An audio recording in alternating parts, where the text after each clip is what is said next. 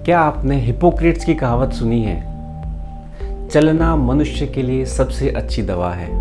जी हाँ, वास्तव में अच्छी नींद और स्वस्थ आहार के साथ पैदल चलना आपको पूरी तरीके से हॉस्पिटल या डॉक्टर से बचने में मदद कर सकता है।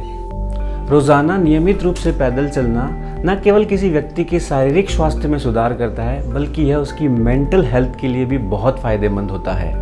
आजकल की व्यस्त जीवन शैली में हम ज़्यादा पैदल नहीं चलते हैं और विशेष तौर पर कोविड जैसी महामारी ने हमें घरों में कैद रहने पर मजबूर कर दिया है। लेकिन कुछ समय हमें पैदल चलने के लिए निकालना चाहिए, क्योंकि इसके कई स्वास्थ्य संबंधित लाभ हैं और यह हमें कई रोगों से लड़ने में मदद करता है। तो आज की वीडियो में हम जानेंगे पैदल चलने के कौन कौन से फ़ायदे होते हैं। नमस्कार दोस्तों, स्वागत है आपका हेल्थ एंड डिजीज़ चैनल पर। मैं हूं प्रद्युमन सिंह। चलिए वीडियो शुरू करते हैं।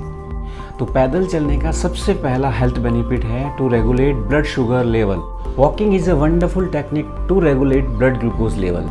जी हाँ दोस्तों, जब हम पैदल चलते हैं तो हमारी बॉडी की प्रत्येक मसल्स एक्टिव तौर पर कार्य करती है और इस कार्य को करने में बॉडी मसल्स को एक्स्ट्रा ग्लूकोज की ज़रूरत होती है। ये एक्स्ट्रा ग्लूकोज ब्लड में मौजूद होता है और वहाँ से इन्हें प्राप्त होता है। इस प्रकार पैदल चलने से ब्लड में ग्लूकोज लेवल मेंटेन रहता है। Diabetes, pre diabetic conditions, gestational diabetes, इन सब कंडीशंस में आपको खाना खाने के बाद 10 से 15 मिनट पैदल अवश्य चलना चाहिए और इसे डेली रूटीन का हिस्सा बनाना चाहिए। इससे आपका ब्लड ग्लूकोज लेवल मेंटेन रहेगा। पैदल चलने का सेकेंड बेनिफिट है to improve cardiac health. Walking cardio respiratory fitness को इम्प्रूव करता है। पैदल चलने के दौरान हमारी हार्ट बीट बढ़ जाती है, कार्डियक मसल्स एक्टिव तौर पर वर्क करती है। परिणाम स्वरूप हमारा ब्लड प्रेशर ऑटोमेटिक कम हो जाता है और ओवरऑल सर्कुलेशन बहुत अच्छा हो जाता है। अगर आपको ऑलरेडी कोई कार्डियक प्रॉब्लम है और आप वॉक कर रहे हैं तो ध्यान रहे कि आप स्लो वॉक करें, और अगर आपकी सांस भरने लगती है तो बीच बीच में बैठ जाएं और लंबी और गहरी सांस लें। कुछ समय के लिए आराम करके फिर से स्लो वॉक करें। इस प्रकार वॉक करके आप अपनी कार्डियक हेल्थ को इम्प्रूव कर सकते हैं। वॉकिंग का अगला हेल्थ बेनिफिट है टू इम्प्रूव डाइजेशन। रेगुलर और सिंसियर वॉकिंग की वजह से हमारे बॉल मूवमेंट नॉर्मल रहते हैं और हमारा हाजमा अच्छा हो जाता है। इससे पेट से जुड़ी आम समस्याएं जैसे गैस, कॉन्स्टिपेशन, इंडाइजेशन इत्यादि, इन सभी समस्याओं से राहत मिलती है। नेक्स्ट है टू इंक्रीज एनर्जी लेवल।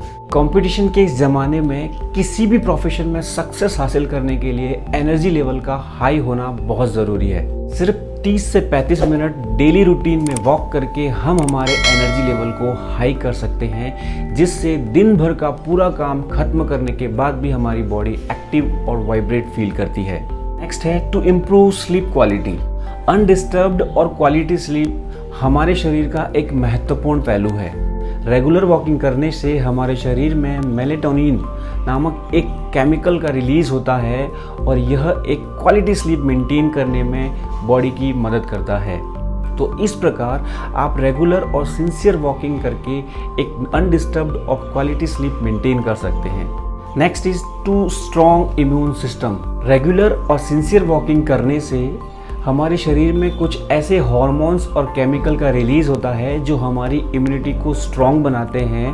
परिणाम स्वरूप बॉडी को इन्फेक्शन से लड़ने में फ़ायदा होता है।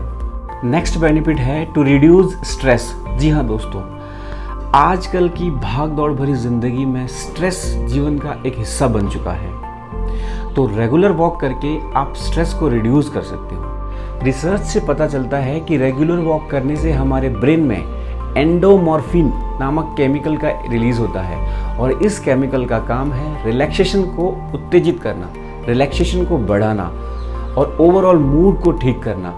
तो इस प्रकार एक कंफर्टेबल पेस में की गई वॉक से आपका स्ट्रेस लेवल रिड्यूस होता है, रिलैक्सेशन इम्प्रूव होता है और ओवरऑल मूड भी अच्छा होता है। नेक्स्ट है टू इम्प्रूव मेमोरी।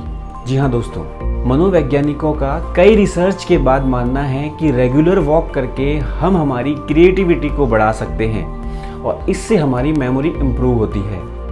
परिणाम स्वरूप ओल्ड एज में डिमेंशिया और एल्जाइमर जैसी बीमारियों के होने के चांसेस कम हो जाते हैं।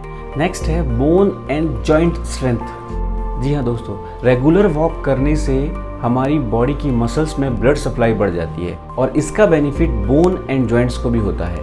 तो रेगुलर वॉक करने से हमारे शरीर की हड्डियाँ मजबूत होती है और जॉइंट्स पेन की शिकायत बहुत कम हो जाती है। इससे फ्यूचर में आर्थराइटिस जैसी बीमारी से भी बचा जा सकता है। वॉकिंग का नेक्स्ट बेनिफिट है टू वेट लॉस।